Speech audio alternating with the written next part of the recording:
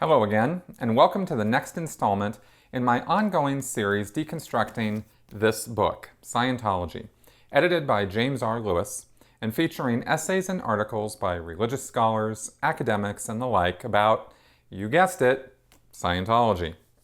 So far, almost all of these have been purely Scientology apologetics, as these scholars rush to defend Scientology from its critics, which is what attracted me to this in the first place.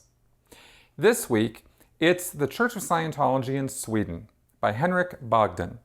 He is a professor of religious studies and senior lecturer at the University of Gothenburg in Sweden. His main areas of research are Western esotericism and new religious movements. He's written numerous books about Aleister Crowley, the Freemasons, and the occult, and appears to be an advocate for new religious movements in his country. However, I have to say that this essay was a real disappointment. Here's someone who is intimately familiar with occult practices that shaped much of Scientology's structure and framework, yet there is not one word here about any of that. Truth be told, Bogdan's essay reads like a book report that a Swedish middle schooler may have written. I appreciated that Bogdan, for the most part, kept apologetics out of this. But I was really hoping for a bit more meat.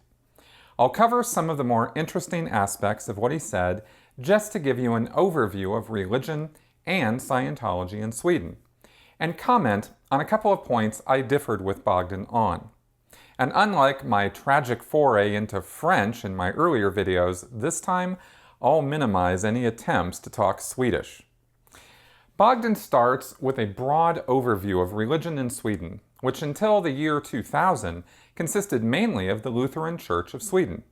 As he puts it, until the 1960s, Sweden was, in comparison with most other European countries, a comparatively homogeneous country, both from an ethnic and a religious perspective. The official evangelical Lutheran religion, as formulated and propagated by the Swedish state church, was characterized by nationalism, unity, and homogeneity, whereas other forms of religion were often met with hostility and suspicion. In effect, being Swedish actually meant being a member of the state church, and the only other practiced form of religion from the Reformation to the 19th century were those of immigrant Jews and Catholics. It was not until 1860 that Swedish citizens were allowed to leave the state church, but only on the condition that they became members of congregations approved by the state, which in practice meant the Catholic Church and the Methodists. From the mid-19th century, various new Christian denominations were established throughout Sweden, such as the Church of Jesus Christ of Latter-day Saints, the Plymouth Brethren movement, Seventh-day Adventists, Jehovah's Witnesses, and Christian Science, along with a number of alternative forms of religion, including various spiritualist organizations and esoteric movements such as the Theosophical Society, the Martinist Order, and the Hermetic Brotherhood of Luxor. However, these new organizations posed no real threat to the hegemony of the state church, and membership in the new organizations was very limited compared to that of the state church. If this is true, Swedes have never really had much of a problem accepting new religious movements inside their borders. But Bogdan says it wasn't until 1951 that Sweden officially passed a law allowing people to leave the state church and choose their own religious beliefs. And this, of course, opened the door to an influx of more religious movements. The 1960s and 1970s saw the establishment in Sweden of a number of international NRMs that reflected the broader trends of contemporary religious changes in the United States and Western Europe. The first transcendental meditation group in Sweden was established as early as 1961, only 4 years after Maharishi Mahesh Yogi founded the spiritual regeneration movement in Madras. The formation of the Transcendental Meditation Group was probably prompted by the fact that Maharishi had visited Sweden in 1960 on his travels around the world. The Unification Church was established in 1969, that is to say, around the same time as the Church of Scientology. And 2 years later, the Family Children of God appeared in Sweden. Other international NRMs that established themselves in Sweden at this time included the International Society of Krishna Consciousness in 1973 and the Osho movement in 1978. So, Scientology was not the only destructive cult to get involved in Sweden. But how did such a thing happen? Well, taking Bogdan at his word, and I actually have little reason not to, it came to Sweden during the period of civil unrest that was the late 1960s. I don't know for sure how much the Vietnam War or radical political groups influenced Sweden in that time period, but Bogdan paints a picture of social and political turmoil, especially in the universities. And other historical accounts I read of that time tend to agree. Here's what he says. It is thus not surprising that the first forms of Scientology activity were organized by a small group of students in the university town of Lund. In Stockholm, the first Scientology group met at the home of a young art student, Thomas Tilburg, who had visited the Church of Scientology headquarters at St. Hill in East Grinstead, Sussex, during the spring of 1968.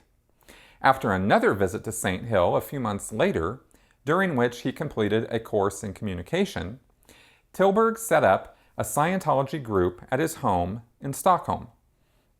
In April 1969, the group was elevated to the status of a formal church by the headquarters at St. Hill.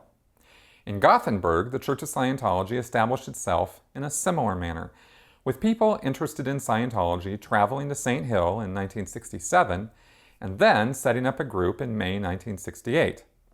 As was the case with the Stockholm group, the group in Gothenburg initially had the authority only to teach the course in communication. The Church of Scientology spread quickly across Sweden with a number of centers established in various cities, such as Eskilstuna and Örebro, but it was in the three largest cities, Stockholm, Gothenburg, and Malmö, that the Church of Scientology would be most successful.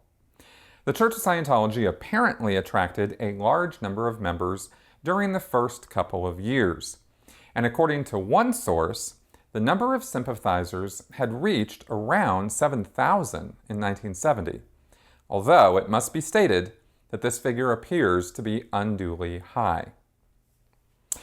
Given that the Church of Scientology classically inflates its figures by at least one order of magnitude, we can safely bet that there were no more than 700 active Scientologists in Sweden in the 1970s.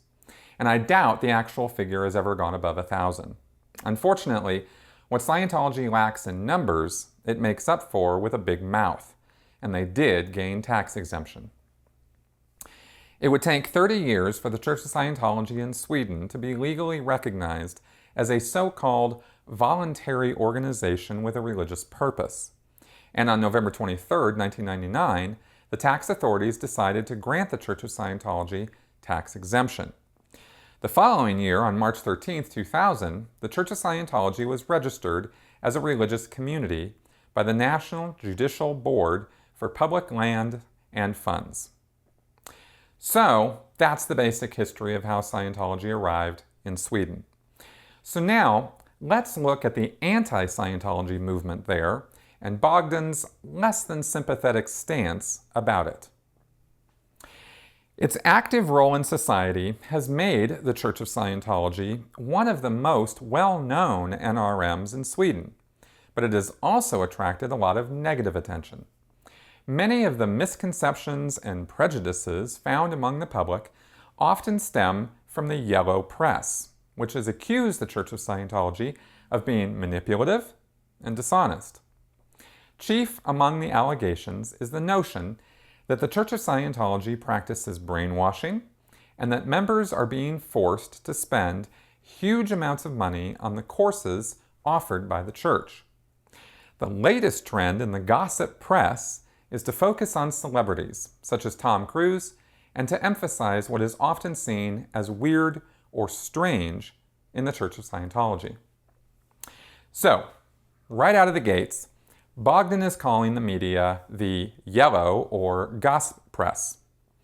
The Church of Scientology has been shown countless times to be manipulative and dishonest to its members, both in court as well as by testimonials from its former members. It is no stretch of the imagination for anyone in the media to report on this, and doing so does not constitute gossip. This is how Bogdan's apologetics rear their ugly head. In his mind, Scientology is simply misunderstood by the public because of shoddy journalism, not because Scientology's actions or methods are somehow harmful. And that is the number one problem that I have with academics like Bogdan. Their refusal to consider the possibility that destructive cults like Scientology have earned their poor reputations by engaging in harmful behavior. There are two particular events which Bogdan cites as controversial media reports on Scientology in Sweden. Let's discuss these briefly. The first has to do with the e-meter, and the second with Scientology's confidential upper-level scriptures, otherwise known as the OT levels. The e-meter case was brought about by criticism leveled against the content of a number of advertisements placed in the Swedish Scientology magazine, Start, in 1973. According to the advertisements, the e-meter could measure the mental state of human beings, a position that attracted the opposition of psychiatrists and certain members of the health department. The advertisements were reported to the Consumer Ombudsman, and in 1976, the Swedish Market Court banned the Church of Scientology from formulating their advertisements in such a manner. The decision was appealed by the Church of Scientology on the grounds of religious freedom. The case eventually reached both the Supreme Court and the European Commission of Human Rights, however, without any results. The case received widespread media attention, and it became clear that Scientology and Dianetics stood in sharp contrast with the more traditional forms of psychiatric health care. Criticism from psychiatrists was fierce, and it was argued that information provided by the Church of Scientology was misleading and false. The criticism was reflected in the rhetoric of the Church of Scientology, which argued not only that traditional forms of psychiatry violated human rights, but also that psychiatry's use of diagnoses is not based on scientific or medical premises, and that the treatments used by psychiatry, particularly the use of drugs, has a negative effect on patients. The debate was thus highly polarized, and the general public, through the media, tended to side with the psychiatrists and representatives of healthcare institutions, and viewed the use of the e-meter as something suspect or fraudulent. But as Swedish sociologist of religion Jonas Alwell has argued, the critics did not take into account the fact that the use of the e-meter is an integrated part of the religious belief system of Scientology, and that the claims of effectiveness of the e-meter should be placed in the wider religious discourse of Scientology. Actually, Scientology's claims about the religiosity of the e-meter are taken into account by many Scientology critics. Those claims are dismissed as ridiculous, because that is as much attention as such claptrap deserves. Here's the hypocrisy of Scientology demonstrated beautifully in this one example. On one hand, to its members, Scientology claims that the e-meter is a scientifically created electronic measuring device which can sense the influence of mental image pictures on the body, and that this breakthrough in electronics was what enabled Hubbard to move forward with the eradication of spiritual trauma and stress, reaching back millions and even trillions of years. On the other hand, Scientology claims to religious scholars and judges in courtrooms that the meter is nothing but a religious artifact of faith and has no real scientific accuracy or value, and so should not be fact-checked, as would any machinery or tools which doctors use to heal patients. They want to have their cake and eat it too. And so far, they've succeeded with this tactic everywhere the validity of the meter has been challenged, going back to the famous attempt by the FDA and FBI to put down this pseudoscientific nonsense back in the 1960s. People ask me all the time why it is that the government doesn't step in and do something about the obvious fraud of Scientology. Well, when it comes to the e-meter, all I can say is the government did take their best shot, and they lost in court. In no small part, they lost because academic dupes like Bogdan and Jonas Alwell write articles like this or testify in defense of Scientology, empowering its religiosity defense and thereby allowing Scientology to lie through its teeth to its members. The e-meter is a device which costs about $40 to produce and is sold for $5,000 to Scientologists. It is nearly useless on any count. I honestly don't understand what it is that drives these scholars to contribute to such blatant fraud, but as you can see, the fact that Scientology lies to its own members about the e-meter does not give these scholars even a moment of pause. As to the OT levels, the controversy stemmed from a Swedish citizen posting these confidential materials on the internet in Sweden in 1996. This, of course, opened them up to public ridicule, and Scientologists hate that almost as much as they hate losing money over people finding out the secrets which members have to pay hundreds of thousands or even millions of dollars to learn. It wasn't until pressure was brought from the US on the Swedish government that it relented in 1997, restricting access to the OT levels on the internet.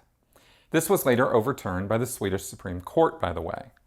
Now here, Bogdan does describe part of the problem in acknowledging that these documents are even religious in nature. The practice of regarding the Church of Scientology as not falling into the domain of religious discourse has a number of reasons, one of which is to be found in the language of Scientology itself, and the way the Church presents itself to the public, which is often interpreted as a form of pseudoscience falling in a liminal position somewhere between science and religion. This state of liminality is illustrated by the fact that Scientology in Sweden is often perceived as not being a true or proper form of religion, and at the same time failing to meet the standards of scientific criteria. It's clear which side of the argument Bogdan has chosen, but to be blunt, he chose wrong, and he really should know it. It's interesting that he even cites the website of one of Sweden's most prominent anti-cult groups, FRI, which says it's not about religion, but about manipulation. It's right there, but these religious scholars just refuse to see it. In fact, Bogdan's next section in this essay is all about the Swedish anti-cult movement. Considering how poorly the other academics in this book have painted such groups as the Cult Awareness Network, I do have to hand it to Bogdan that at least he gave the anti-cult side a fair shake in stating why they don't like groups like Scientology. He says, according to Liselotte Frisk, the primary arguments expressed by FRI against movements such as the Church of Scientology are that they exploit the insecurity and idealism of youths. They are dishonest about their real objectives. They systematically break down their members through techniques that aim to change the behavior of the members. The movements confiscate the assets of their members. Religion is often used as a cover for receiving tax-exempt status. Their true goals are power and money. They use psychological and sometimes physical violence against their members. They represent a fascist ideology and ethics. They have authoritarian leaders, and they practice mind control or brainwashing. According to their website, FRI has been in contact with over 500 defectors, out of whom about 200 have been subjected to deprogramming. And according to Frisk, FRI claimed that between 20 and 30 of these deprogrammed individuals had belonged to the Church of Scientology. In discussing the Church of Scientology on their website, FRI enumerates 4 aspects that Scientology allegedly shares with other totalitarian groups. First, they manipulate their members by withholding important information and by using suggestion during the auditing process and in their courses. Second, they control their members through confessions and surveillance, and by encouraging members to inform on one another. Third, they restrain members through the notion that the words of L. Ron Hubbard are a law that is forbidden to change or discuss. Fourth, Scientology offends its members through bullying if one does not make any progress, and by questioning the judgment of members if they do anything wrong. FRI is frequently used by the Swedish media as an expert body when the subject of NRMs is being discussed. All right, now every single one of those claims are true. I just wanted to point out that it's not like Bogdan hasn't seen or been exposed to the counterclaims against Scientology and similar destructive cult practices. Besides penning this pretty neutral article, though, I don't think Bogdan has actually written or done any speaking about Scientology, so I'm really not down on him too hard over this topic. Like I said at the beginning, this article was a rather vanilla review of Scientology's history in Sweden, but at least taught us a couple new things about how it has been getting along in Europe. I'd love to hear from any of you who have lived or do now live in Sweden and heard anything about Scientology there. Let me know in the comments section below what you think of all this and if it matches up with what you saw. We're coming up on the end of this journey with only a few more chapters to go. Next time, we journey to Scientology in Australia with Adam and Althea Possamai. And for that one, I may just have some commentary from Steve Caney's new book, Fair Game, which is very likely a more honest chronicle of Scientology's misadventures in the land down under than this academic essay will be. Please share this video far and wide, and if you haven't subscribed to my channel, now is the time. Also, please consider helping me continue providing this content by supporting my Patreon campaign or any of the other donation methods in the notes section below. Regardless of any of that, though, thank you for watching.